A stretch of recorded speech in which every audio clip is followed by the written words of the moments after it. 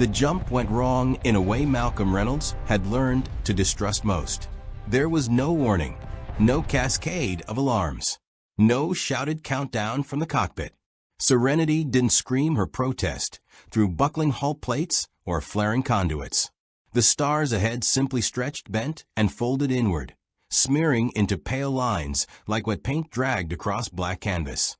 The familiar vibration of the drive vanished so abruptly it felt like falling through thin air. Wash's hands tightened on the controls as the ship lurched hard enough to throw Jayne backward into the galley bulkhead. Kaylee's shout echoed through the ship as she was knocked off her feet in the engine room, catching herself on a ladder rung just before the deck slammed again. Loose cargo broke free, clattering and spinning, while the lights dimmed to a sickly amber glow. Mal Reynolds was already moving before the second jolt hit, fingers snapping around a railing as his boots slid across the deck. He'd lived through worse landings, worse battles, worse betrayals, but this felt different. This felt wrong in a way he couldn't put words to yet. An experience had taught him that when the universe got quiet at the wrong moment, it was about to charge interest. When the seven hells was that? Jayne barked, hauling himself upright and reaching for Vera out of reflex more than need. Wash didn't answer right away. His eyes were locked on the forward viewport as the distortion ahead collapsed into sudden, impossible stillness. Stars snapped back into focus, sharper and more numerous than Mal had ever seen, burning white and blue against the void. No familiar constellations. No comforting landmarks. Just depth. Endless, cold depth. That, Wash said finally, voice thin, was not any jump I recognize. The ship shuddered once more, then settled into an uneasy calm.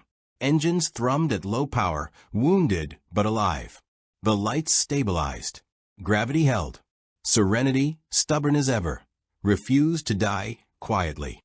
Mal straightened, jaw tight, eyes sweeping the bridge. Status. Drives online, but limping. Wash replied. Navs. Well, it's having a crisis of identity. I don't think it knows where we are. That makes two of us, Mal said. Zoe stepped in beside him, rifle already slung and ready, her expression unreadable in the dim light. No pursuit on scanners. No alliance signatures. Nothing I recognize. Before Mal could respond, a soft sound echoed from the corridor behind them. Bare feet on metal. Too light to be anyone but one person. River Tam stepped onto the bridge, her dark eyes unfocused, head tilted as if listening to a song no one else could hear. She wrapped her arms around herself, fingers digging into her sleeves. It's loud, she said quietly. Not sound. Everything else. Simon followed close behind her, alarm written across his face. River, what do you mean loud? She didn't look at him. Her gaze remained fixed on the stars. Like being underwater when the ocean remembers your name. Mal felt something cold settle between his shoulders. River was strange on her best days. Brilliant, broken, dangerous in ways none of them fully understood. But this wasn't one of her usual disjointed metaphors. This had weight to it. Kaylee's voice crackled over the intercom, breathless but excited despite herself.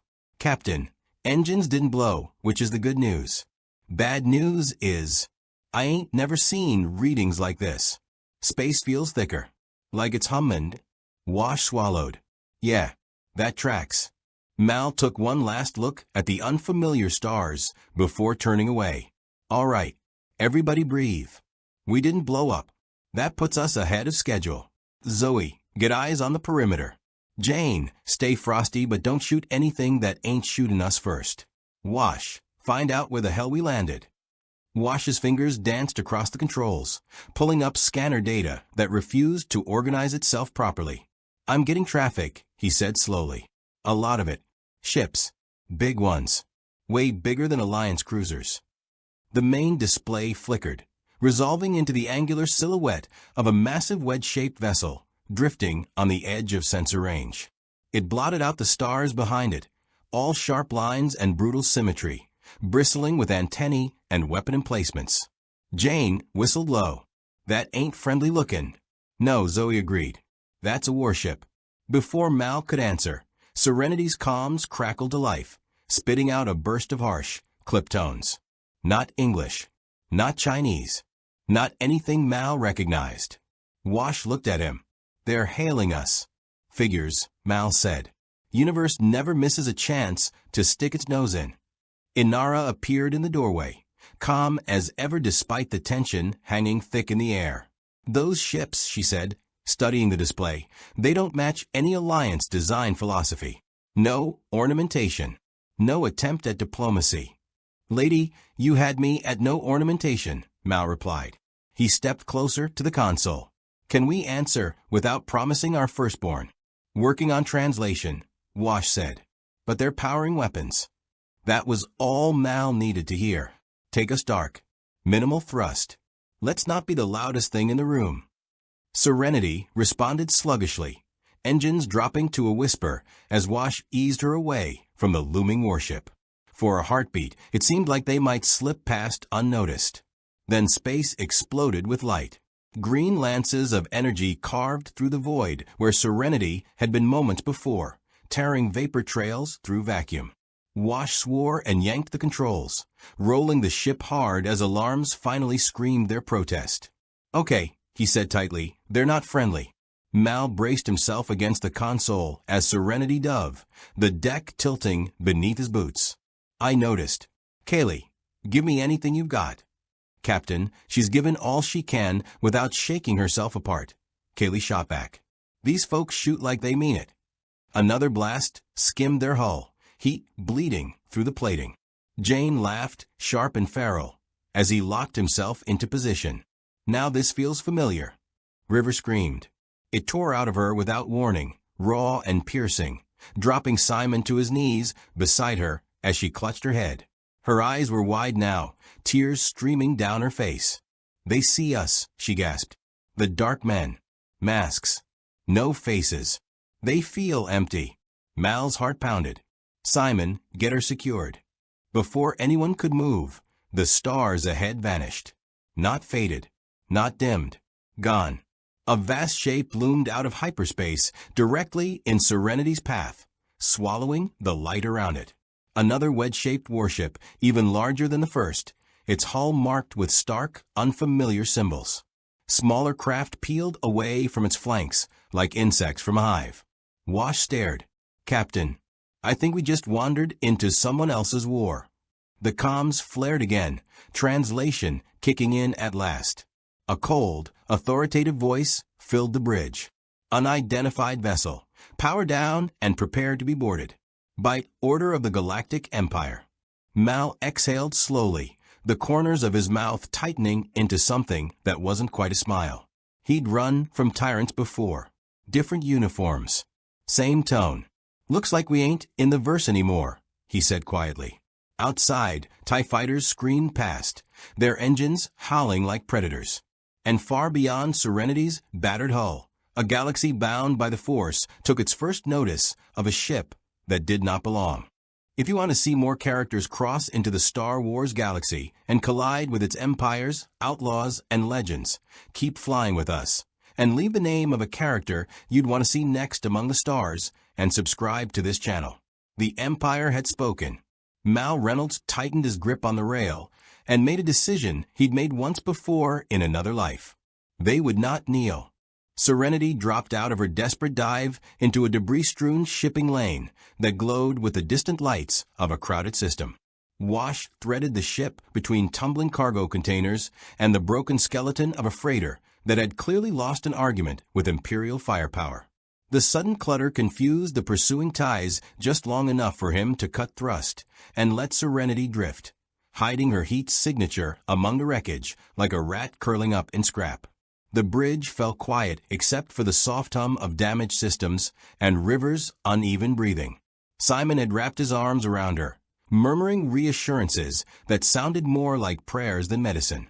Zoe stood at the viewport, eyes tracking the fighters as they screamed past, her posture loose but ready, the way it always was when violence hovered just out of reach. They're sweeping, she said. Methodical. Empire likes its order, Mal replied. Means they'll miss the cracks if we're careful. Wash swallowed. I don't know how long I can keep us invisible. Their scanners are leagues ahead of anything we've dealt with. Kaylee's voice came through again, softer now. Captain, I can rig a dampener loop, but it'll cost us engine response if we need to bolt. Mal didn't hesitate. Do it. Running blind beats, running loud. Serenity drifted, playing dead among the bones of ships that hadn't been as lucky. The ties peeled off one by one, returning to their carrier like obedient hounds. When the last of them vanished into the dark, Mal finally let himself breathe. All right, he said. We're still flying. That's a win. Now we figure out where we are and how not to get shot again. Wash tapped the console, pulling up star charts that stubbornly refused to align with anything he knew. These routes don't match Alliance space. Not even fringe worlds. Names are weird. Corellia. Nal Huda. Mos Eisley. Jayne perked up at that. Mos Eisley sounds like a place that sells guns. Inara stepped closer, studying the data with a thoughtful frown. Those worlds appear to be major trade hubs. Not Alliance-controlled. Not independent either. Something else. Ain't that comforting, Mal muttered. He glanced toward River, who had gone unervingly still. You got anything to add, Moonbrain? River lifted her head slowly. We're in the long shadow, she said. The man with the iron fist watches everything. But not here. This place is loud with lies and hunger. Jayne grinned. See? She likes it already. Mal ignored him. Wash, set us down somewhere quiet. We need fuel, parts, and answers. The descent into atmosphere was rougher than Mal liked. Serenity bucked and rattled as she punched through cloud cover, heat flaring along her hull. Below them sprawled a city that looked like it had grown without permission. Towers of durasteel and neon signs jutted at odd angles. Landing pads stacked atop one another, traffic weaving through the air in chaotic streams. The smell hit them even through filters. Spice, exhaust, grease, desperation. Mos Eisley, Wash said. According to the NAV, anyway. Mos Eisley, Inara corrected gently. And it feels like a place where one disappears. Good, Mal said. We're very good at that. Serenity touched down on a battered pad at the edge of the port, her landing gear screeching in protest. Almost immediately, figures began to gather at a cautious distance. Aliens Mal had never seen before. Tall ones with long snouts. Short, wide ones with beady eyes. Humans mixed among them, dressed in everything from patched armor to flowing robes. Jayne cracked his neck. Captain, I'm saying we stay armed. Mal glanced at him. Jayne, when do you ever not stay armed? Fair. They disembarked into heat and noise that felt thicker than gravity. Voices overlapped in languages that scratched at Mal's ears, punctuated by the whine of repulsor engines and the distant roar of ships lifting off. The cantina sign across the way flickered, its glowing alien script pulsing like a heartbeat. Rule 1, Mal said quietly as they moved together through the crowd. We don't draw attention. Jayne's massive gun drew plenty on its own, but most of the locals didn't even glance at it. Weapons were common here. That worried Mal more than it reassured him. Inside the cantina, the air was cooler and darker. Music thumped from unseen speakers, something brassy and off-kilter. Smoke hung low, carrying the sharp bite of unfamiliar chemicals. Conversations dipped as Serenity's crew entered, then rose again when it became clear they weren't here to start trouble. Not yet. Mal took a seat at the bar, Zoe close at his back. Inara drifted a few steps away, already drawing curious looks. Jayne leaned against a pillar, eyes scanning exits. Wash hovered, hands shoved into his pockets, like a man trying very hard to look casual. Simon guided River into a corner booth, his body angled protectively toward her. The bartender was a broad, slug-like creature with sleepy eyes and a practiced indifference. What'll it be? He rasped, translation chip smoothing the words. Something that won't kill me, Mal said. And information. The bartender made a sound that might have been a chuckle. Information costs more. Mal slid a handful of Alliance credits across the bar. The bartender examined them, then pushed them back. Wrong money. Kaylee, who had followed them in despite Mal's earlier instructions, perked up. But shiny, she offered hopefully. A low laugh rolled from the shadows behind them. "Credits don't work off-world," a voice said. "But I might be able to help." Mal turned to see a man lounging at a nearby table, boots up on the edge, blaster resting casually in his lap. He wore a vest heavy with pockets and a grin that promised trouble. "Name's Grief," the man continued. "You folks look lost." Mal met his gaze evenly. "We're just passing through." "Aren't we all?" Grief said. "Thing is, passing through Mos Eisley usually involves paying someone who knows how not to get you killed." Zoe shifted slightly, a silent question. Mal gave the faintest nod. "Talk." Grief leaned forward. "Empire's tightening its grip. Patrols everywhere. But there's always work for folks willing to move cargo without asking too many questions." Jayne's smile was immediate. "I like him." Mal didn't. But they needed credits that worked, and a way to fix Serenity before the Empire noticed she hadn't left the system. "What kind of cargo?" Mal asked. Grief's grin widened. "Medical supplies. Confiscated. Headed for a backwater moon that the Empires decided don't need doctors." Simon stiffened, eyes flashing. "That's not a job. That's theft." Grief shrugged. "Call it redistribution." Mal felt the weight of the moment settle. They needed this. But he'd seen this road before, and it always demanded a toll. River looked up suddenly, eyes locking onto Grief. "You lie," she said softly. "Boxes bleed." The cantina went quiet around them, attention snapping toward the strange girl with the haunted gaze. Grief's smile faltered. Mal stood slowly. "We're gonna need details." Outside, an Imperial patrol marched past the cantina entrance, white armor gleaming under harsh lights. Boots struck pavement in perfect unison. Mal watched them through the doorway, jaw set. New galaxy. Same problems. He turned back to the table. "All right," he said. "You got yourself a crew. But if this job's dirtier than you say, we walk." Grief laughed. "You'll fit right in." From the corner booth, River whispered something only Simon heard. "They're watching now." Serenity lifted off Mos Eisley under a sky the color of rust and ash, her engines coughing in protest, as Wash coaxed them into something resembling obedience. The landing pad dropped away beneath them, swallowed by layers of traffic and heat haze, and Mal didn't relax until the city had shrunk into a jagged sprawl behind them. Even then, his shoulders stayed tight. Places like that never let go easy. The cargo sat locked in Serenity's hold, stacked in unmarked crates stamped with Imperial codes Kaylee had carefully scraped and scorched away. Medical supplies, Grief had said. Confiscated. Needed elsewhere.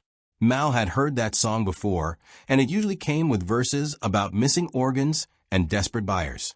Still, Simon's insistence that they check the crates had forced Grief to reveal at least part of the truth. Real medicine. Bacta injectors. Surgical droids stripped down to portable frames. Enough to save lives on a forgotten rock the Empire had deemed unworthy of care. That didn't mean the job was clean. "They're not going to let this go," Zoe said quietly from the co-pilot seat, eyes flicking between scanners and the forward viewport. "Imperials don't like being embarrassed." Wash snorted. "Imperials don't like anything that isn't them." Mal stood behind them, one hand braced on the console, gaze fixed on the starfield ahead. "We keep our heads down. Deliver the cargo. Get paid in credits that actually buy fuel. Then we decide our next mistake." Jayne laughed from behind, the sound echoing off metal. "Captain, you make it sound like a hobby." In the engine room, Kaylee had Serenity's guts spread open like a patient on an operating table. Star Wars tech didn't play nice with Alliance systems, but she was learning fast, eyes bright despite the sweat streaking her face. She talked to the ship as she worked, coaxing and cajoling, swapping out damaged components for scavenged parts Grief had forgotten to mention were included in the deal. "Girl don't like the new stuff," she muttered fondly, patting a conduit. "But she'll come around. She always does." In the infirmary, Simon hovered as River sat cross-legged on a bunk, fingers pressed to her temples. Her breathing was shallow, eyes fluttering as if tracking something just out of sight. "It's worse," she whispered. "The hum doesn't stop. It's like everyone's thoughts are leaking." Simon knelt in front of her, voice gentle but strained. "River, you're safe. You're on Serenity." She shook her head. "Safe is loud here." He didn't know what to say to that. The coordinates' grief had given them led to a moon orbiting a gas giant, its surface scarred and dry. The settlement below was little more than a cluster of domes and prefab structures huddled against the wind. No orbital traffic. No defense grid. Just a handful of lights flickering bravely against the dark. "Place looks friendly," Wash said, in a will-die, quietly kind of way. They didn't make it halfway through descent before Serenity's proximity alarms shrieked. Zoe was already moving. Multiple contacts. Fast. The display lit up with angular silhouettes racing in from above the atmosphere. TIE fighters. Too many of them. Mal swore under his breath. Grief sold us out.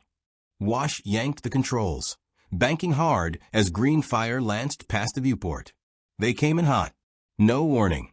They knew we were coming. "Of course they did," Jayne said, grinning as he strapped himself into a gunner's chair. "Wouldn't be fun otherwise." Serenity shook as the first hit clipped her port side, alarms screaming in protest. Kaylee's voice cut in over the intercom, sharp with panic. "Captain, I can't take much more of this."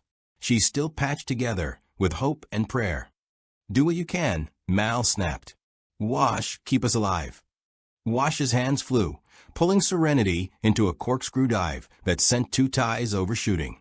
Zoe fired from the dorsal turret, her shots disciplined and precise, forcing the fighters to scatter. It wasn't enough. For every one they drove off, two more slid into position. Mal felt the old weight settle in his gut, the one that came right before everything went wrong. "Set us down," he ordered suddenly. Wash stared at him. "Captain."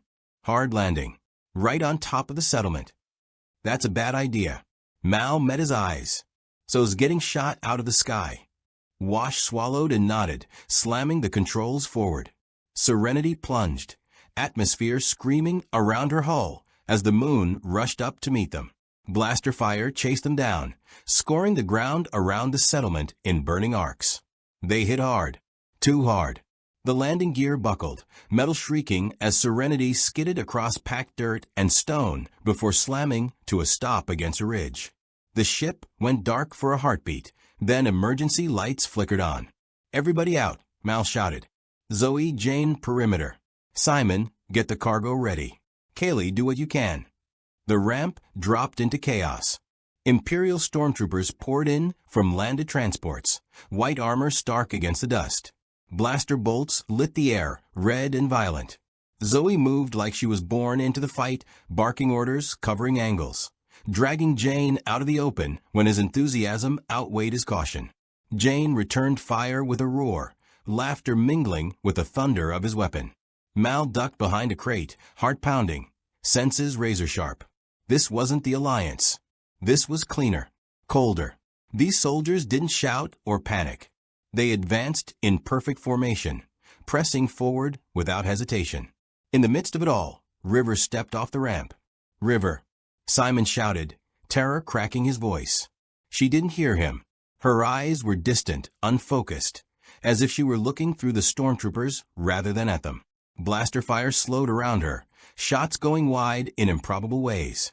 She moved with terrifying grace, ducking and spinning, her body anticipating danger before it arrived. A trooper raised his rifle. River was already gone, striking with a sharp, precise blow that dropped him to the ground. Another lunged. She twisted past him, using his momentum against him in a blur of motion that made Mal's breath catch. "What the hell is she doing?" Jayne muttered, half-awed. Zoe didn't answer. Her eyes were locked on River, calculating, adapting. Then the air changed. Mal felt it first as a pressure behind his eyes, like the moment before a storm breaks. The stormtroopers hesitated, their formation faltering as something unseen passed through them. River froze, gasping, her hands clutching at her chest. "They're here," she whispered. A figure stepped forward through the smoke, black cloak billowing, mask gleaming dully under the harsh lights. His presence seemed to drain the sound from the battlefield, blaster fire dimming as if the universe itself leaned in to listen. Mal didn't know what he was looking at. He only knew his instincts were screaming. The masked man raised a hand. Crates lifted off the ground, metal screaming as they were hurled aside like toys. Jayne was thrown back hard enough to knock the wind from him. Zoe rolled, coming up firing, her shots glancing uselessly off an invisible barrier. River screamed again, raw and panicked. "He's empty," she cried. "He's full of teeth." The masked figure turned toward her, head tilting slightly. Mal felt a cold certainty settle in his bones. This was no officer, no ordinary soldier. This was something else. "River, get back," Mal shouted, pushing himself up from cover. The figure took a step forward, and Serenity's engines roared. Kaylee had brought her back online, just enough. The ship's battered cannons fired in a desperate, defiant burst that tore through the ground between the Imperials and the crew, throwing up a wall of fire and debris. Wash's voice crackled through the chaos. "Captain, she's ready to lift if you are." Mal grabbed River as she stumbled, hauling her back toward the ramp. Zoe and Jayne fell in behind them, firing as they ran. Blaster bolts chased them up the ramp, scorching metal and flesh alike. The masked figure didn't pursue. He simply watched as Serenity lifted, engines screaming, dust and debris swirling in her wake. As they broke atmosphere, Mal risked one last glance back. The figure was still there, standing amid the wreckage, head tilted upward, watching. Serenity clawed her way into orbit like an animal escaping a trap, engines straining, hull plates rattling in protest. Wash didn't slow until the moon was a shrinking scar beneath them, and the gas giant's vast bands filled half the viewport. Only then did he ease off the thrust, hands shaking as he exhaled a laugh that sounded more like a sob. "Well," he said hoarsely, "that went bad fast." Mal didn't answer right away. He was crouched beside River in the infirmary, one hand braced on the bunk as Simon worked frantically, checking pupils, pulse, anything that might explain the way she trembled beneath his touch. Her eyes were open but unfocused, lips moving silently. "She's in shock," Simon said, though uncertainty threaded his words. "Or something like it. Her vitals are erratic." River's fingers twitched, then clenched in the fabric of Mal's sleeve. Her voice was barely a whisper. He looked at me, not with eyes, with hunger. Mal swallowed. He'd faced men who enjoyed killing, men who believed in causes bigger than themselves, men who followed orders no matter the cost. What he'd felt back there was different, colder, like standing too close to an open grave. Zoe leaned against the bulkhead, armor scorched, expression tight. That wasn't a standard Imperial asset. No rank insignia, no hesitation. Felt like a man who doesn't need permission, Jayne added, rubbing his shoulder where he'd been thrown. "Didn't like him." "High praise," Mal muttered. Inara stood a little apart, hands folded. Her calm cracked just enough to show concern. If the Empire has individuals capable of that level of control, then River is in far more danger here than she ever was back home. Simon shot her a sharp look. "She's always been in danger." "Yes," Inara said gently, "but now others can sense it." As if summoned by her words, Serenity's comms chirped a soft, insistent sound that drew everyone's attention. Wash glanced at the console. "We're being hailed." Encrypted signal. Not Imperial. Mal straightened. "Patch it through." The display flickered, resolving into the image of a hooded figure bathed in blue holographic light. The face was human, lined with age and worry, eyes sharp beneath the shadow of the hood. "You are not from this galaxy," the man said without preamble. His voice was calm, measured, carrying a weight that made Mal instinctively straighten. "And the girl with you is touched by something she does not understand." Zoe's rifle came up a fraction. Jayne swore softly. Simon moved closer to River, who had gone very still. "And you are," Mal said carefully, speaking real bold for someone Callan's strangers out of nowhere. The hooded man inclined his head slightly. "A friend. Or as close as one can be in times like these. The Empire has noticed you. That means your options are narrowing." Mal snorted. "They started shooting before we even said hello." "Yes," the man agreed. That is their way. Then why warn us? Inara asked. Because you are a disruption, the man said. And disruptions are valuable. The words settled uneasily in the air. You saw an inquisitor, the man continued, his gaze flicking briefly toward River. They hunt those who can feel the force. Your companion does not wield it, not as we do, but she resonates with it strongly enough to draw attention. Simon's jaw tightened. You're saying they'll come for her? They already have. Mal crossed his arms. And you're off, Aaron, what exactly? Sanctuary? Strings. The man smiled faintly. Information. Refuge, if you choose it. Or freedom, if you are willing to take risks. Zoe glanced at Mal, reading his expression. Jayne shifted, restless. Kaylee hovered in the doorway, grease-streaked and wide-eyed. We don't join causes, Mal said finally. They tend to end poorly. The man nodded, unsurprised. Then don't join. Just know this. The Empire will not forget you. And next time, they will not test you. The transmission cut. Silence stretched. Well, Wash said weakly, that was ominous. Mal ran a hand through his hair, mind racing. New galaxy. New tyrants. Same damn choices. He looked down at River, who met his gaze with unsettling clarity. They're afraid, she said softly. Because we don't belong. Mal felt a hard resolve settle in his chest. He'd been running most of his life. Running had kept him alive. But it had also cost him things he could never get back. Wash, he said, voice steady. Plot us a course. Somewhere out of the way.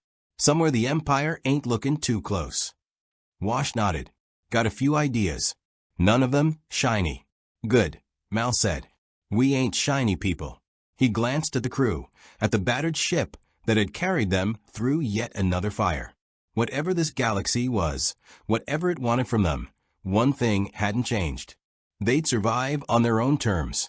The edge of the system felt like a place the galaxy had forgotten on purpose. Serenity drifted through sparse traffic lanes, stars thin and distant, the hum of the engines low and cautious. Wash had taken them off the charts the hooded stranger had provided. Skimming routes smugglers favored when they wanted to disappear without making a spectacle of it. The Empire's presence thinned the farther they went, patrols giving way to silence, and the occasional lonely freighter limping between forgotten ports. Mal stood on the bridge, arms folded, eyes fixed on nothing in particular. Running again felt too familiar, like slipping back into a coat that never quite fit but kept the cold out. He didn't like how easy it was. Didn't like how the decision had settled into him without a fight. Zoe watched him from her seat, saying nothing. She didn't need to. She knew him too well. She knew the look he wore when he was calculating the cost of survival against the weight of his conscience. Jayne broke the silence first, boots thudding as he leaned against the bulkhead. So, we just gonna keep skipping rocks till the spooky helmet man loses interest? Wash glanced back. I'd prefer that option, yes. Less screaming. Simon shook his head, hands clenched at his sides. That man, Inquisitor, whatever he was, he didn't hesitate. If River draws that kind of attention, hiding won't work forever. River sat cross-legged in a crash couch, unusually still. Her eyes were open, but her attention was elsewhere, following currents no one else could see. They follow the echo, she murmured. I'm loud because the room is quiet. Mal turned to her. Meaning? She tilted her head. Back home, the noise drowned me out. Here, the song is everywhere. They hear me, because they hear everything. Simon swallowed. She's saying this galaxy amplifies whatever it is she has. Inara stepped closer, voice soft but firm. Which means the longer we stay, the more dangerous it becomes. Not just for River, for all of us. Kaylee frowned. But we can't just not exist. We need parts, fuel, food, and credits that don't get us shot on sight. That brings us back to work, Mal said. And work brings attention. Zoe nodded once. So does refusing to pick a side. The words hung there. Mal looked at her sharply. We don't do sides. We don't do orders, Zoe corrected. That's different. Wash leaned back in his chair. For what's worth, every smuggler's lane I've seen so far runs through someone's territory. Huts, syndicates, rebels. Empire light outfits with different paint jobs. Jayne grinned. Huts sound friendly. No, Inara said calmly. They sound like monsters who smile while they eat you. Mal rubbed his face, feeling the pressure build. The galaxy was bigger than the one they'd lost, but the choices felt narrower. Every path led to someone else deciding what they were worth. A soft chime sounded from the console. Wash stiffened. Incoming transmission. Narrow beam. Not Imperial. Mal nodded. Put it through. The hologram that flickered to life showed a woman this time. Her hair pulled back, eyes sharp and calculating. She wore no uniform, but authority clung to her all the same. You're difficult to track, she said without greeting. That suggests experience. Mal tilted his head. We practice. She smiled faintly. Good. I represent interests that oppose the Empire. Independently. Quietly. Zoe's jaw tightened. Rebels. The woman didn't deny it. Some call us that. We prefer practical. Mal crossed his arms. We don't fight wars. Then you won't last, the woman said flatly. The Empire does not tolerate anomalies. And you are one. Simon leaned forward. If you know that much, then you know we have a child aboard who is not a child, the woman interrupted gently. Her gaze shifted, piercing. She is a beacon, and the Empire will burn entire worlds to snuff her out. River met the woman's eyes through the hologram, unblinking. You're afraid of me too. Yes, the woman admitted, but fear can be useful. Mal felt something hot flare in his chest. We don't use people like tools. The woman's expression softened, just a fraction. Then you are already better than most. I'm offering you a choice. Help us move supplies to cells the Empire is starving out. You earn protection, information, and allies who know how to disappear. Or you keep running until you can't. The line went dead. Silence returned, heavier than before. Jayne exhaled slowly. Well, that sounded profitable. Zoe shot him a look. It sounded like a leash. Kaylee hugged her arms. I don't like the Empire folks. They shoot first. But I don't like being owned either. Wash nodded. I like flying. Preferably without giant triangles chasing us. Mal stared at the darkened hologram. Jaw set. He'd fought empires before. He knew how they won. Not by strength alone, but by convincing people there was no other way. River spoke softly. If you don't choose, they choose for you. Mal closed his eyes briefly. The truth of it settled deep. Neutrality was a luxury you only got when someone allowed it. He straightened, decision crystallizing. We ain't joining anyone's rebellion, and we ain't bending the knee to the Empire. But we're also not handing people over to be crushed, because it's easier to look away. Zoe nodded slowly. Independent operations. Selective jobs, Mal continued. We help where it aligns with our conscience, not because someone tells us to. Simon let out a breath he hadn't realized he'd been holding. That keeps River safer. Mal met his eyes. Nothing keeps her safe forever, but it keeps her human. River smiled faintly. Shiny. Wash grinned despite himself. So we're freelance heroes now. Mal snorted. Don't push it. The ship hummed around them, steady and familiar. Outside, the stars waited, indifferent but vast. Somewhere out there, the Empire adjusted its nets, recalculating the anomaly that refused to settle into a box. Mal Reynolds felt the weight of it settle on his shoulders and accepted it. He'd been running from tyrants his whole life. This time maybe he'd run sideways. Make their job harder. Make their control less complete. Serenity changed course, angling toward the outer lanes where official routes blurred into rumor and risk. Behind them, unseen, the galaxy took note of a small ship that would not be claimed. The outer lanes smelled of dust and ion storms, and Serenity crept through them like a wounded animal. Engines throttled low, shadows and debris their only shield. Wash navigated through clusters of derelict freighters, remnants of skirmishes that had been forgotten by the galaxy, dodging rogue satellites and gravity wells. Every system had its own hazards, and every hazard carried an invisible signature of authority. Patrols, bounty hunters, corporate enforcers, the Empire's ghostly tendrils stretching farther than anyone wanted to admit. Mal leaned over the console, watching the displays flicker with the faint energy readings of ships long dead, systems failing, and the occasional live vessel that might notice them if they weren't careful.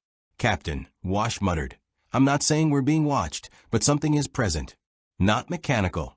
Not alive in the usual way." Mal didn't respond immediately, eyes narrowing at the sensors. That tingling he'd learned to recognize in his gut was back. Not just fear, but awareness, the kind that whispered, "Someone's out there, someone who knows you're here." River, seated quietly in the corner of the cockpit, suddenly stiffened. Her gaze fixed on the viewport, as if she could see into the black expanse beyond the visible stars. "They follow us," she said softly, "like a shadow that remembers." Simon moved close to her, instinctively placing a hand on her shoulder. "We're keeping quiet. They can't track us if we're careful." "They can," River corrected, her voice urgent but calm, unnerving in its certainty. "The Force bends. You don't know it here, but I do. And it's pulling them." Mal's jaw tightened. "Force, huh? So the kid and her friends attract the Empire, Jedi, maybe some spooky helmeted man. Great. We're like a neon sign in a blackout." Zoe placed a hand on his shoulder. "All the more reason to stay smart. Don't engage if you don't have to. Fly and think like a ghost." Jayne muttered, slumping into his chair. "Flying like ghost sounds boring. I'm better with pew-pew and big explosions." Mal shook his head. "No, Jayne. Ghosts survive. That's the difference." They drifted further into uncharted space, Serenity's engines humming low, almost silent. Kaylee moved through the ship, checking every system she could touch, making minor adjustments that kept their propulsion and life support barely above the edge of efficiency. Every hum of the engines, every vibration through the floor plates, felt like a heartbeat, and Mal could feel the ship's tension settle into his bones. It wasn't long before the anomaly appeared. Sensors pinged a large energy spike ahead, something unfamiliar, flickering on and off as if unsure of its own presence. Wash froze over the console, trying to decipher it. "That's not a ship I recognize. Not from anywhere on any charts I've seen. And I've seen a lot." River's eyes darkened, and she began rocking slightly, murmuring words that made Simon frown. "It's calling," she said. "And it isn't polite." Mal gritted his teeth. "Calling us where? Into a trap?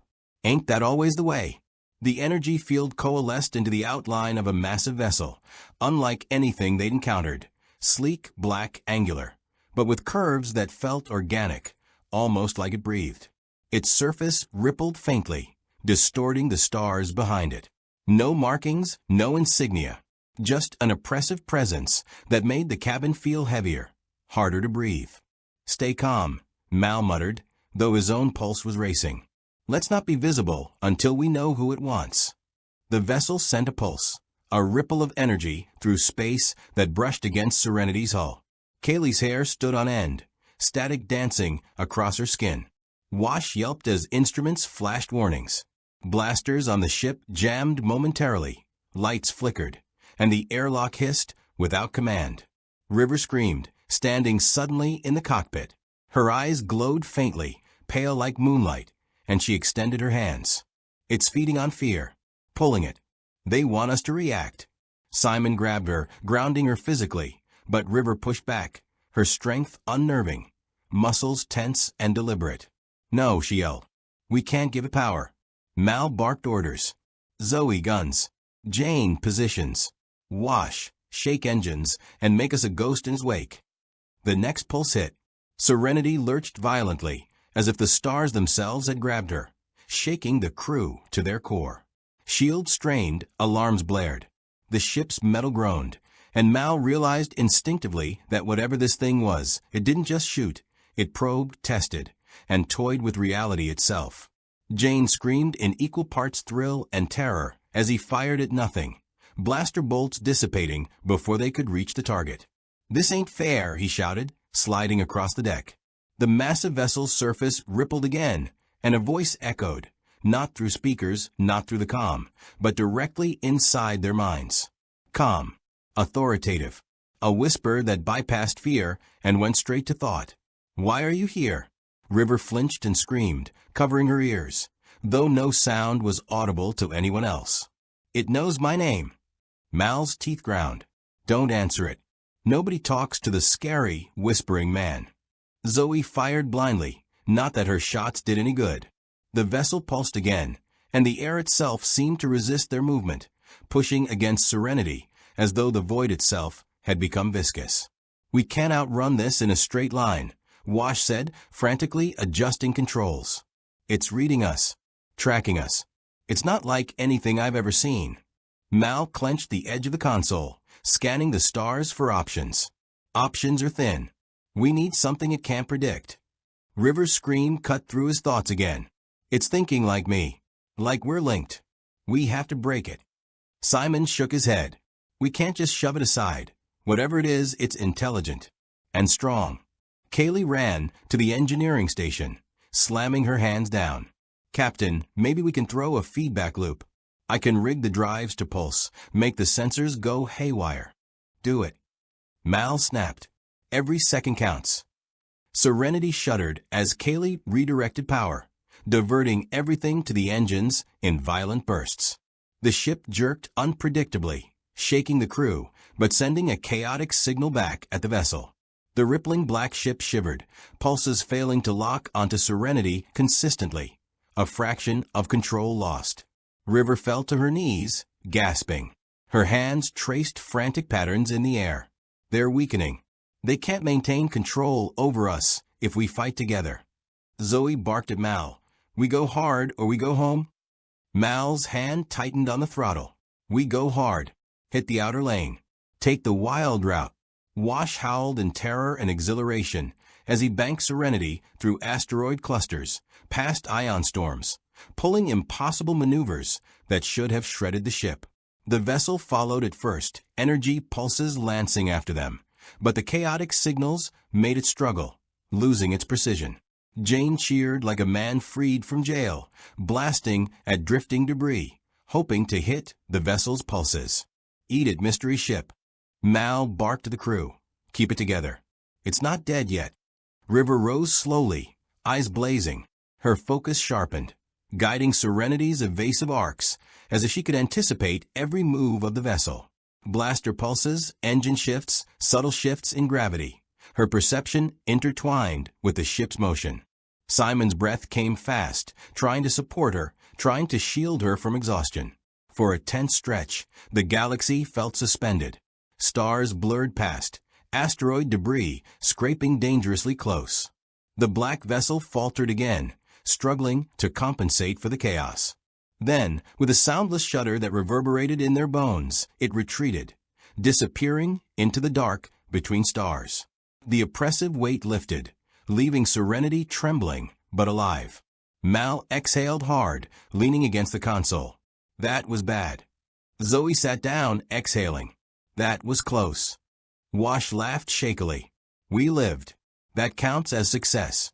Jayne grinned, still wired on adrenaline. I told you. Pew pew and explosions. Simon gently guided River to the floor, brushing her hair back. You okay? River blinked, eyes still glowing faintly. For now. But they're out there. Watching. Waiting. Mal looked out the viewport into the endless black. New galaxy, bigger threats, and now something capable of reading minds, or worse, anticipating them. He clenched his jaw. All right, he said quietly, more to himself than anyone else. We keep moving. We figure out who's really pulling the strings. And we don't die in the meantime. The crew nodded silently, each processing in their own way.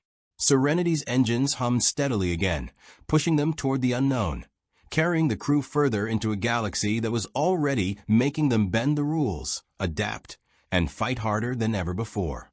Serenity emerged from the outer lanes into a system that seemed deliberately neglected, a cluster of asteroids and rocky moons orbiting a dim red star, barely registering on navigational charts. Wash piloted them with a precision born of desperation, guiding the ship through narrow gaps between tumbling debris fields, each asteroid etched with scars from ancient battles, collisions, and the careless drift of massive starships long forgotten. The ship's hull groaned under strain, and Kaylee's hands flew across the controls and engineering, diverting power, adjusting stabilizers, and muttering prayers to every mechanized god she could imagine. Mal stood on the bridge, scanning the dim lights and cold shadows. His mind churned, piecing together what they had encountered so far. The Inquisitor's ruthless hunt, the black vessel that had toyed with them like prey, and now, this uncharted system that might be the only place in a galaxy full of hunters where they could breathe. The crew's safety rested on more than just piloting skill. It depended on him seeing possibilities that didn't exist on any chart. "We need a base of operations," he said finally. "Somewhere nobody will look. Not the Empire, not the Hutts, not the Independents. Somewhere small enough to hide, but sturdy enough to hold us while we figure out the next move." Zoe's voice was calm, practical, as it always was when danger demanded clarity. "There's a moon over there. Minimal atmosphere, abandoned mining colony. Could be fortified with the right work." Jayne's eyebrows shot up. "Abandoned? Sounds spooky." "In a galaxy like this," Zoe said, "spooky beats dead ends." Inara approached quietly, her voice softer but resolute. "If we stay here, we must also consider the moral implications. River's presence attracts danger, yes, but it also presents opportunities. The people we encounter may need aid. How we handle that will define us." Mal exhaled. "We're not saviors. We're survivors. But, yeah, if we can help without getting eaten, we do it. Fine. Let's hit the moon." Wash adjusted their trajectory, threading Serenity between jagged rock formations until the mining colony came into view. Rusted beams and half-collapsed docking ports jutted from the lunar surface like broken teeth, and the smell of ionized dust filled the cabin, sharp and metallic. The colony was silent, yet every broken panel and twisted girder spoke of life once lived, machinery operated, and systems abandoned in haste. Kaylee clapped her hands together. "This place has potential. Old power conduits, intact fuel reserves, some solar cells. I can make it cozy-ish." Jayne scratched his chin. "Cozy for hiding from the Empire, you mean? Cozy in a we might die, but at least it smells like home kind of way." River wandered the upper deck, tracing fingers along the instruments and walls, murmuring. Simon followed closely, alert, his medical instincts on edge despite the lack of immediate injury. "This place," River whispered, voice low, almost reverent, "it resonates. Strong, layered. They won't get us here easily, but I can feel them circling outside." Simon's hand found hers. "We'll keep her safe." Mal's eyes narrowed. "Yeah, that's the plan." They set Serenity down on the uneven landing pads, with Wash deftly compensating for the moon's low gravity. The ship groaned, hull plating scraping lightly against metal supports, but held firm. The crew piled out, surveying the wreckage and machinery with a mixture of awe, suspicion, and grim determination. Zoe surveyed the approach. "We fortify the main entrance. The others can take the debris field as cover. Minimal visibility from orbit. Sensors can be rigged to pick up movement." Jayne grinned. "We turned this place into a fortress? I like it already." Kaylee's grin matched his, though tinged with nerves. "I can reroute power, get security systems working again, and maybe even boost shields enough to deflect small arms fire." Mal rubbed his jaw. "Good. Nobody dies on my watch today." Simon glanced at River, who had paused near the control panels, fingers hovering above defunct sensors. "She might be able to help, Mal. She's capable in ways we don't fully understand yet." Mal nodded. "Yeah, but we don't force her. Not again." The hours stretched as they scavenged, repaired, and fortified. Scraps of technology, panels, and wiring were jury-rigged into a functional defensive network. Serenity systems were integrated, linking to power conduits and sensor grids. Every crew member contributed, their skills blending into a coordinated survival effort that didn't require anyone to bow to authority or pick sides. As night fell, the red star casting long shadows across the moon's surface, Mal climbed to the highest platform overlooking the colony. He could see the void stretching outward, infinite and indifferent. Somewhere out there, the Empire, the Black Vessel, the Inquisitor, they all searched, recalculated, hunted. But here, they had a chance to breathe, to plan, to be the predators, not the prey. River approached silently, standing beside him. Her eyes glowed faintly, reflecting the distant light of the dying sun. "They'll come," she said, voice low. "And next time, they won't hesitate." Mal's hand found hers, gripping briefly. "Then we make sure they don't get the easy victory." She nodded, but her gaze remained distant, reading threads of space and time he couldn't see. "We will need allies," she murmured. "Not blindly, but careful, strong, capable. Only then can we survive." Mal exhaled slowly, letting the tension roll off him. He had a plan forming, tentative and fragile, but it was theirs.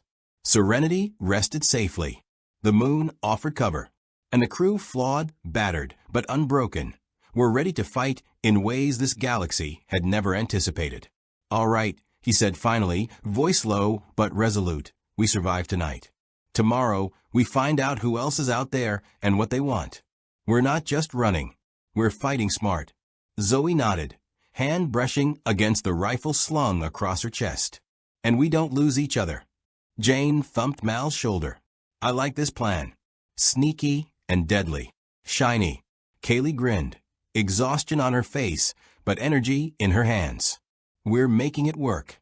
And I've got ideas for booby traps. Don't touch them." Simon adjusted River's jacket, checking her vitals one more time before stepping back. "We're stronger together, but we have to be careful. One wrong move." Mal cut him off, looking over the edge of the platform, at the stars stretching endlessly above them. "No one gets left behind, Simon. Not now. Not ever." River's fingers twitched, and her voice, barely audible, carried certainty. "Then we survive. And when they come, we're ready." Mal smiled faintly, a grim edge to it. "Yeah, ready to give them a fight they won't forget." The crew settled in for the night, but none of them truly slept. Eyes darted to the skies. Hands rested lightly on weapons or controls. Ears tuned to every subtle shift of the moon, the colony, and the ship. Outside, the shadows moved, patience and calculation guiding unseen forces that would soon learn the cost of underestimating a crew that refused to be tamed. The first attack came at the edge of the second night. Serenity sensors picked up fast-moving objects skimming the moon's irregular surface, small fighters without visible insignia, but with lethal intent. Wash shouted warnings as the crew scrambled to battle stations, the low gravity making every movement exaggerated, almost slow motion, until they adjusted. Mal gritted his teeth, scanning the incoming contacts and calculating the odds, the way he always did, fast, cold, with that glint of stubborn survival in his eyes. Jayne was the first to open fire, blaster bolts cutting through the faint dust haze, ricocheting off rock formations and occasionally connecting with the enemy fighters. "Eat lead, mystery ships," he yelled, voice half thrill, half terror. Zoe's rifle sang a precise, controlled rhythm, taking out one craft after another with surgical efficiency. Mal leaned into the console, plotting evasive maneuvers, coordinating Kaylee's shields with Wash's piloting to keep Serenity intact while maximizing the firepower they could bring to bear. River stood in the control room, her eyes a luminous shade of pale, tracing arcs in the air, anticipating every move. She murmured rapidly, guiding the crew's actions with subtle gestures that none of them fully understood, but instinctively followed. "Left flank unstable, push right," she said, voice clipped, almost machine-like in its precision. "Pulse coming, duck, Jayne, duck." The ship lurched as a plasma shot slammed against Serenity's hull, the metal groaning and sparks cascading across the deck.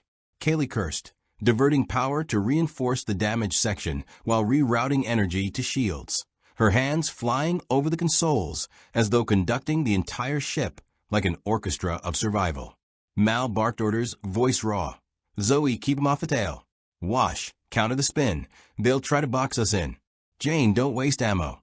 Jayne fired anyway, laughing manically, loving the chaos more than he wanted to admit. "This is the good life, Captain. Pew pew pew pew. Love it." The unknown fighters adapted quickly, closing in from vectors they hadn't before, exhibiting a coordination that suggested more than mere pilots, something akin to a hive mind, or at least someone directing them with intimate knowledge of Serenity's maneuvers. Mal cursed under his breath. Not good. Not good at all. They know us. River's voice cut through, calm and commanding. They track emotion, fear, anger. Calm them, focus, be precise. You can't fight chaos with chaos. Simon's hand found hers. Do you mean us? Or the enemy? She didn't answer verbally, but her movements guided Wash as he banked the ship sharply, evading a volley that would have ripped the hull apart.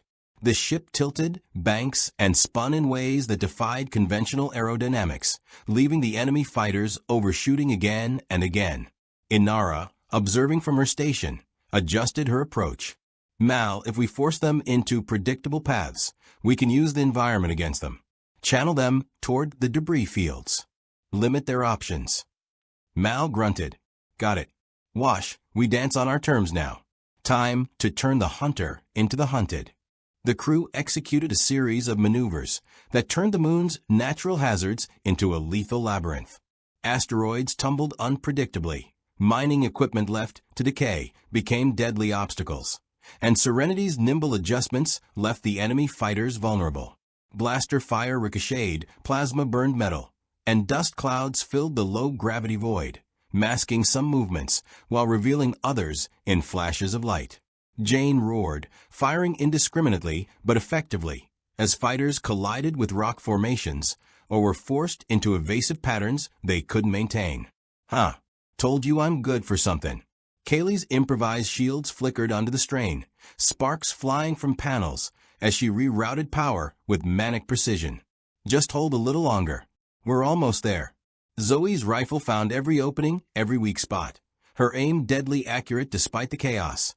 Each shot removing threats and buying time for Serenity to exploit gaps in the enemy formation.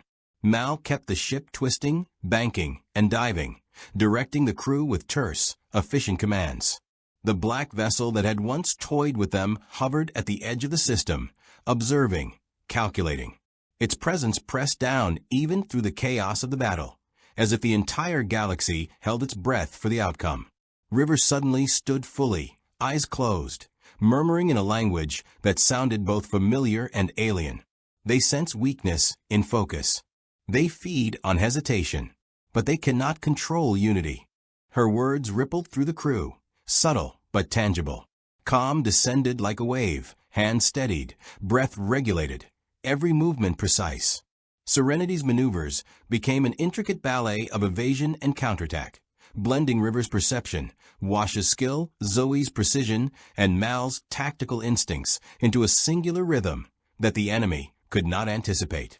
Jayne yelled, "This is payback time, y'all," and flung a handful of explosive charges toward a cluster of fighters, causing a chain reaction of destruction as the debris field amplified the explosions. Mal barked, "Keep them off the tail. Don't let them box us in." Wash twisted the controls, narrowly avoiding collision with a tumbling rock that would have ended them instantly. Sparks flew, hull groaned, but Serenity survived, slicing through the chaos with uncanny precision. The enemy fighters began to retreat, not out of fear, but strategic recalculation. Mal realized the black vessel was analyzing them, testing limits, probing vulnerabilities. Their maneuvers had revealed adaptability, ingenuity, and cohesion, an intelligence it had not anticipated. River's voice, calm and commanding, echoed again.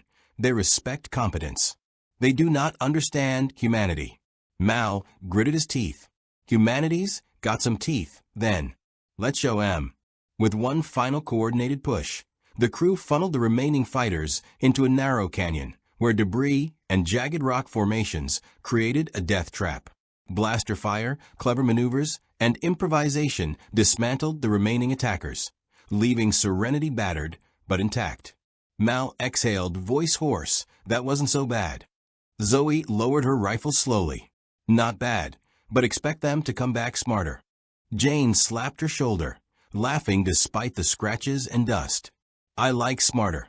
Means more pew-pew. Kaylee slumped, exhausted but triumphant. Systems are holding. Shields at 78%. Engines at 82. Not perfect, but we survived. Simon looked at River, who had fallen back into her usual quiet, meditative stance. Are you all right? She nodded slightly, eyes distant but focused. For now. But they will return. And next time, it will not be as simple. Mal leaned back against the console, looking out at the moon, the debris, the stars. He felt the weight of what had just occurred pressing down on him. This was no ordinary chase. No mere battle. The galaxy had escalated, introducing them to a threat that wasn't just physical, but psychological, one that could anticipate, manipulate, and perhaps even control their perceptions. We need allies, Mal said finally, breaking the silence. People who know how to survive in this galaxy. People who aren't afraid of shadows, who can fight when everything's stacked against them. And we need them before the next wave hits. Zoe's voice was firm. And where do we find such people without walking into a trap ourselves? Mal's jaw tightened. We look where nobody else dares. We find the independent players, the fringe operators, the ones who survive by their wits. We align only when it benefits us and River. Nobody gets to tell us how to run this. We make the rules now. River's fingers traced patterns over the console, as if reading the invisible currents of the galaxy. We have a window. They test us to learn, not to kill. But the next window, it will be smaller and sharper. Mal's hand tightened into a fist. Then we make sure they know this crew is sharp too. Nobody comes for Serenity and leaves whole if we can help it. Wash leaned back, wiping sweat from his brow. I've flown through tight spots before, but this takes the cake. And the icing. And the... Mal cut him off. Washington shut it. Time to plan. The crew gathered, battered, but alive, minds racing through possibilities, alliances, and contingencies. The moon, the abandoned colony. The ship, they were temporary. But the skills, the unity, and the sheer stubbornness of the crew, they were eternal. And as Serenity's engines cooled to a quiet hum, Mal realized that the fight was far from over. The Empire, the black vessel, the unknown intelligence tracking them, whatever it was, it had underestimated one thing, the crew of Serenity. The calm after the battle lasted barely a cycle. Serenity rested on the rugged moon surface, shields flickering weakly, hull pocked with minor but telling scars, while the crew attempted to patch both the ship and their nerves. But Mal knew better than to believe in true quiet. In a galaxy this vast, silence was always temporary, and threats, especially those who could read movements, emotions, and intentions, were simply waiting for the perfect opportunity to strike again. He gathered the crew in the main hold, voice low but commanding. We've survived this far, but don't think it's over. That black ship, the Empire's shadow, whoever's playing puppet out there, they're smart, they're fast, and they're persistent. We're about to see what patience really costs. Zoe crossed her arms. Then we hit first, strike strategically, or they'll control the game. They've been testing us, learning, probing. But we know our strengths now. We know them. Jayne cracked his knuckles, grinning. Finally, some real action. Let's teach M about pew-pew justice. Mal's hand pressed against the table, eyes scanning schematics, star maps, and scraps of intel they'd managed to pull together. The black vessel hadn't revealed much, only its capacity for prediction, and its uncanny ability to manipulate, test, and retreat. But that alone spoke volumes about its nature, methodical, calculating, and unwilling to risk a total engagement until it knew exactly what it faced. Jayne, Mal said, tone clipped, you stay on defensive fire. Zoe, you and I will coordinate maneuvers if we need to go mobile. Kaylee, patch the engines and boost shields to 90%. Wash, you'll fly if we have to leave fast. Simon and River, you two stay sharp because this thing doesn't just fight, it messes with your head. River's pale eyes met his, calm but warning. It anticipates fear, hesitation, and doubt. Remove those, and it falters. But the next wave will exploit your anger and pride. Mal sighed. Anger and pride are hardwired. But yeah, fine. We'll keep them in check. Hours passed as they prepared. Kaylee's fingers flew over consoles, rigging emergency thrusters, patching energy conduits, and jury-rigging weapon overlays to expand their offensive reach. Wash ran simulations in the cockpit, tracing possible attack vectors and evasive patterns through the debris field, mapping every crevice, asteroid, and abandoned structure that could serve as cover or trap. Jayne reinforced barricades, set up improvised turrets, and double-checked his ammo reserves while muttering about how much he loved destruction disguised as strategy. Then it came. The first contact of the real engagement, fast, sharp, and undeniable. Fighters poured out of hyperspace at multiple points around the moon, small but numerous, accompanied by larger support ships that carried the same sleek, organic aesthetics as the black vessel they had encountered before. It was coordinated, vicious, and clearly designed to overwhelm Serenity and force them into a mistake. Mal snapped to the controls. "All right, people. This isn't a test. This is the lesson."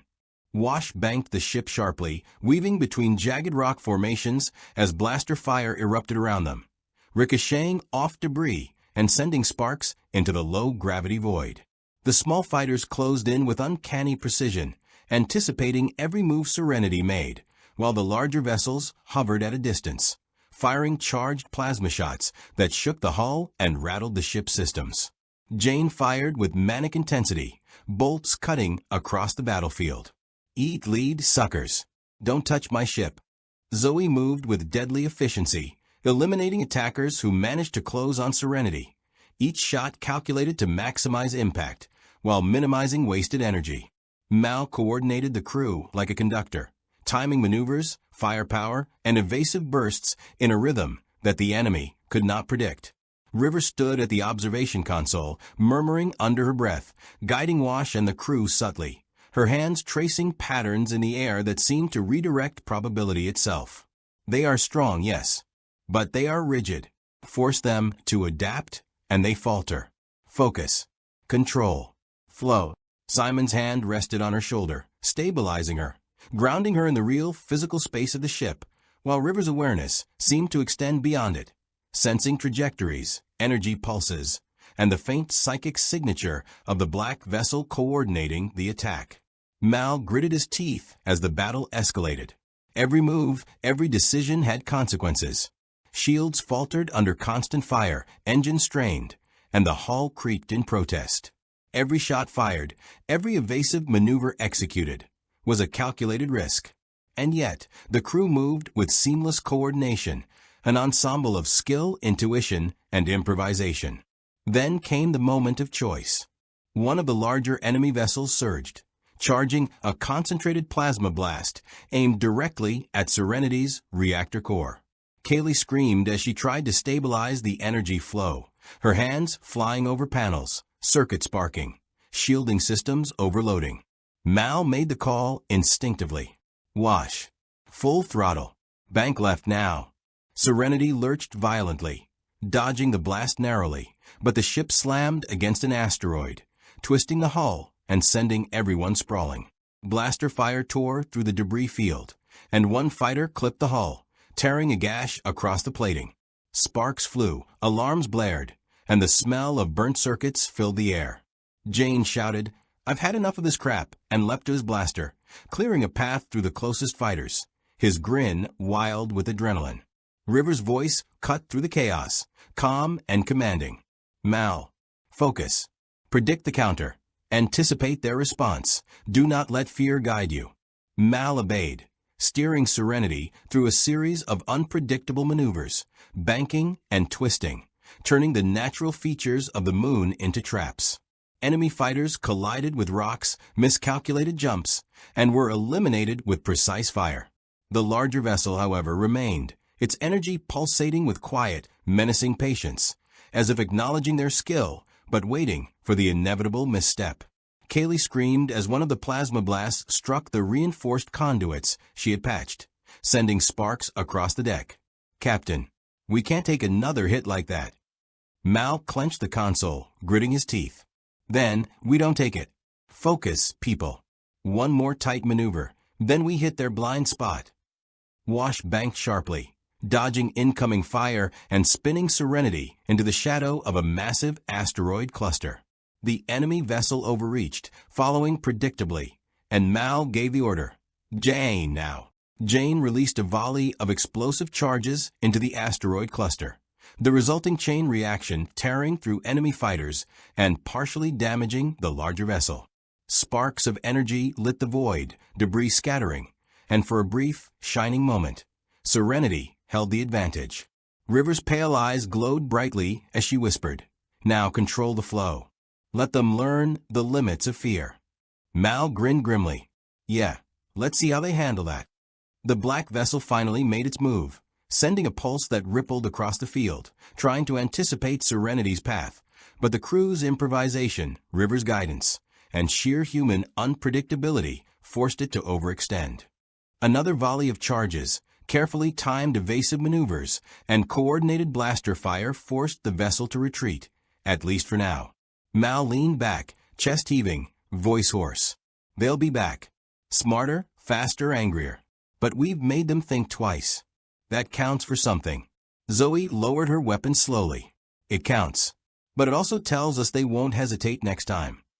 Jayne cheered, though exhaustion was evident. "Next time? I say we make it count even more." Kaylee wiped sweat from her brow. "Engines and shields are patched enough to hold, but just barely. Next hit, we might not be so lucky." Simon looked at River, concern etched deep on his face. "You okay?" She nodded, though her gaze was distant, calculating. "We survived this trial, but it will only get harder. They learn, and they adapt. We must too." Mal's hand tightened on the console. "Then that's what we'll do. We adapt. We fight. We survive, no matter what galaxy throws at us." The crew settled, bruised and battered, yet unbroken. Serenity sat among the rubble, a battered but defiant symbol of resistance in a galaxy that didn't forgive weakness.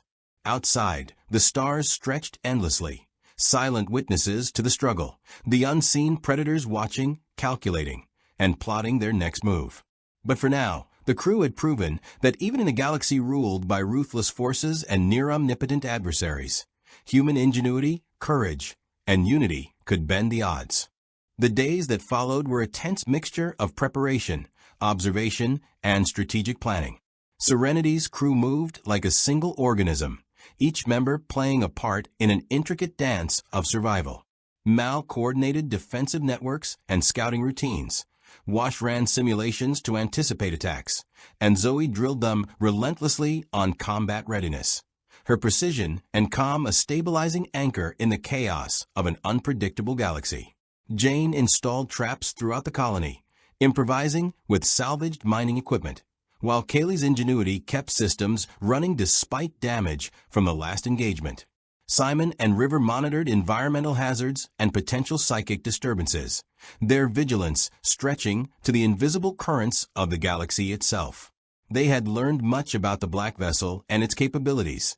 It relied on prediction, it exploited hesitation, and it could coordinate forces remotely, testing their weaknesses without fully committing to total engagement.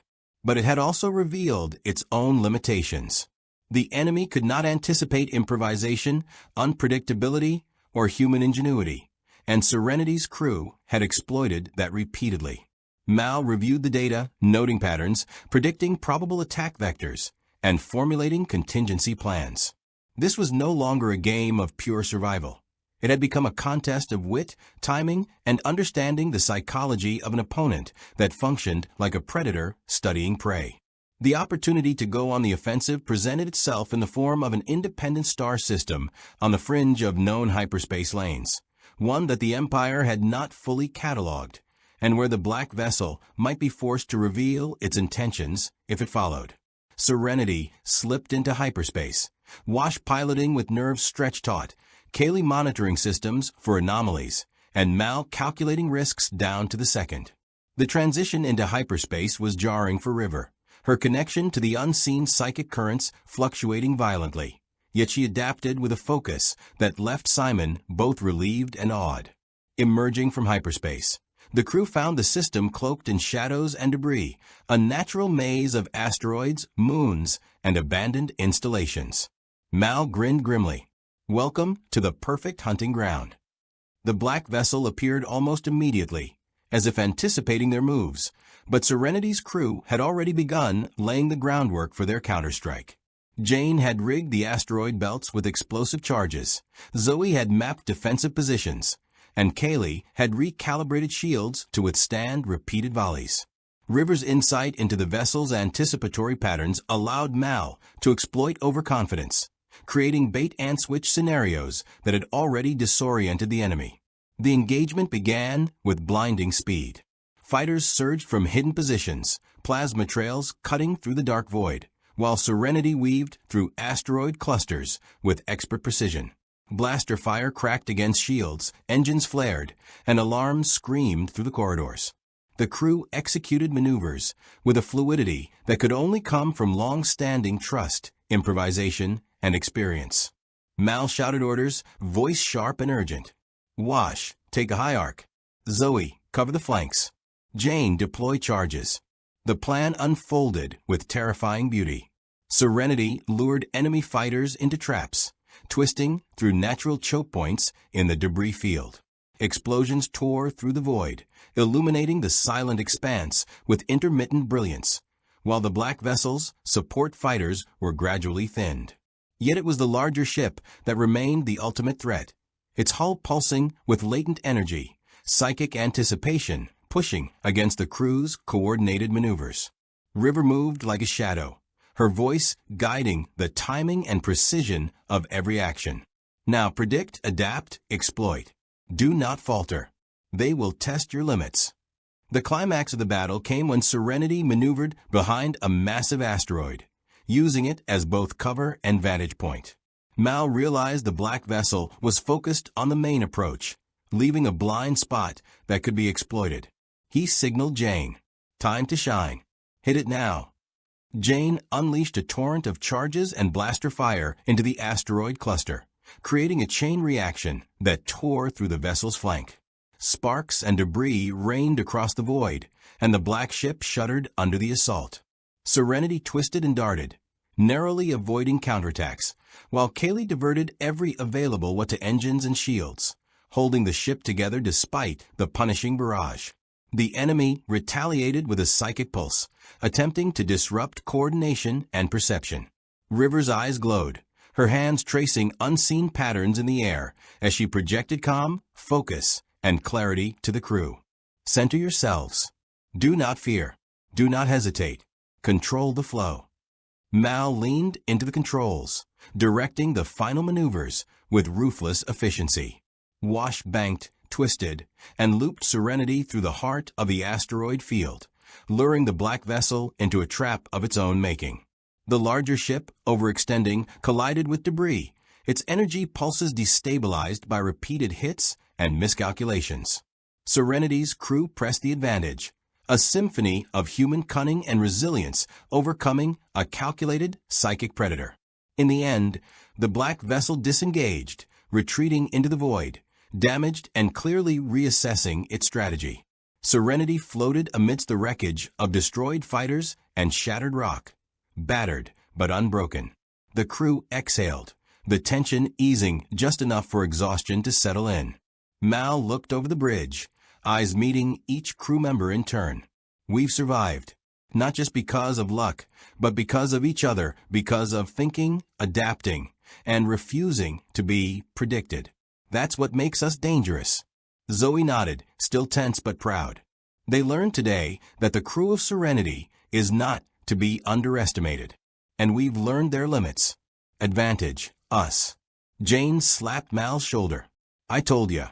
Pew-pew pays off every time. Kaylee laughed tiredly. Engines and shields are still holding. We survived because we worked together. Smart and messy, but it worked. Simon glanced at River, her eyes now calm but intense, reflecting awareness beyond the physical. She guided us through that, Mal. We'd have been lost without her. Mal's jaw tightened. She's part of this crew, all of it. And we fight together every step. That's what counts. River's voice, soft but unyielding, carried across the bridge. The lesson is not victory, but preparation. We survive not because the galaxy is kind, but because we adapt, because we anticipate, and because we do not allow fear to dictate our choices. Mal grinned faintly, hand resting on the console. Yeah, and if they come back, they'll find we've learned plenty. We'll be ready. The crew settled into tense vigilance, knowing the black vessel would return. But for the first time, there was confidence, strategy, and unity on their side. They had proven they could outthink and outmaneuver forces far more powerful, more precise, and more relentless than anything they had faced before. The galaxy, vast and indifferent, had tested them, and the crew of Serenity had risen, battered but unbroken. Mal finally allowed himself a moment to breathe, glancing at the stars stretching across the void, knowing that whatever came next, they would face it together. The fight had changed them, honed them, and proven that even in a galaxy dominated by the Empire and forces beyond comprehension, ingenuity, courage, and the unbreakable bonds of crew could shape the course of survival and defiance. Serenity, scarred but resilient, hovered among asteroids and moons, a testament to human ingenuity and determination. The black vessel's retreat was temporary, but the crew's victory in adaptation, unity, and strategy was lasting. They had faced the ultimate predator of the Star Wars galaxy, and they had survived. Mal looked at River, eyes reflecting both pride and wariness. We're not done, not by a long shot, but we've carved a place for ourselves in this galaxy, and they'll know our name next time. River's pale eyes met his, calm but sharp. Then let them come. We will meet them on our terms. The stars stretched endlessly above, the void silent now, but full of possibilities. Serenity's crew, flawed and human, yet extraordinary in their determination and unity, were ready for whatever the galaxy dared to throw at them next. They had survived the impossible, turned the hunter into the hunted, and carved out a foothold in a galaxy that had never known their kind of cunning. The battle had ended, but the war for survival in this galaxy far, far away was only beginning. Serenity, battered yet unbroken, rested among asteroids and forgotten moons, a symbol of resistance and ingenuity against forces that sought control and dominance. Mal and his crew had proven that human cunning, improvisation, and unity could challenge even the most calculated psychic adversaries. Each member had grown sharper, more resilient, and deeply intertwined with one another, their bonds a force in themselves. River's unique perception had turned tides of battle, guiding them through psychic interference and calculated attacks, proving that survival often depended on seeing what others could not. The black vessel's retreat was temporary. It had tested, learned, and would return, more dangerous than before. Yet the crew of Serenity had adapted, exploited weaknesses, and transformed their desperation into strategy. They had forged a foothold in the galaxy, a testament to human courage, ingenuity, and the unyielding will to survive against impossible odds. And so, in a galaxy dominated by empires, shadows, and hidden predators, the crew had become more than survivors. They had become a force of defiance, ready to face whatever the stars would throw at them, together as one.